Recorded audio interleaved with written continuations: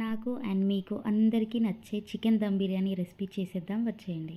As all you know నేను easy and సింపుల్గానే చేస్తాను. సో ఫస్ట్ చికెన్ వాష్ చేసుకొని కారం, పసుపు, ఉప్పు, ధనియాల పొడి, జీలకర్ర పొడి, పెరుగు, ఫ్రైడ్ ఆనియన్స్, హాఫ్ స్లైస్ లెమన్ని స్క్వీజ్ చేసుకొని మంచిగా మిక్స్ చేసుకోండి.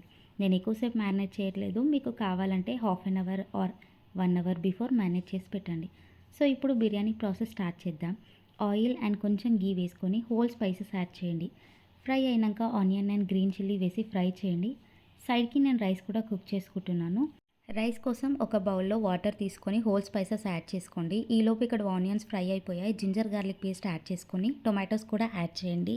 ఇటు సైడ్ వాటర్ బాయిల్ అయిపోయాయి. రైస్ కూడా యాడ్ చేశాను. ఇప్పుడు ఆల్రెడీ ఫ్రై అయిన ఆనియన్స్, టొమాటోస్లోకి కొంచెం కారం, పసుపు అండ్ ఉప్పు వేస్తున్నాను. అండ్ కర్డ్ కూడా నేను డబల్ మసాలా చేస్తున్నాను.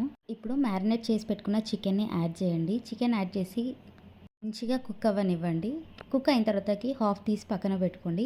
ఇప్పుడు ఆల్రెడీ రెడీ చేసి పెట్టుకున్న రైస్ ఒక లేయర్ వేసి దానిపైన చికెన్, ఫ్రైడ్ ఆనియన్స్ వేసి ఇంకో లేయర్ ఆఫ్ రైస్ వేయండి.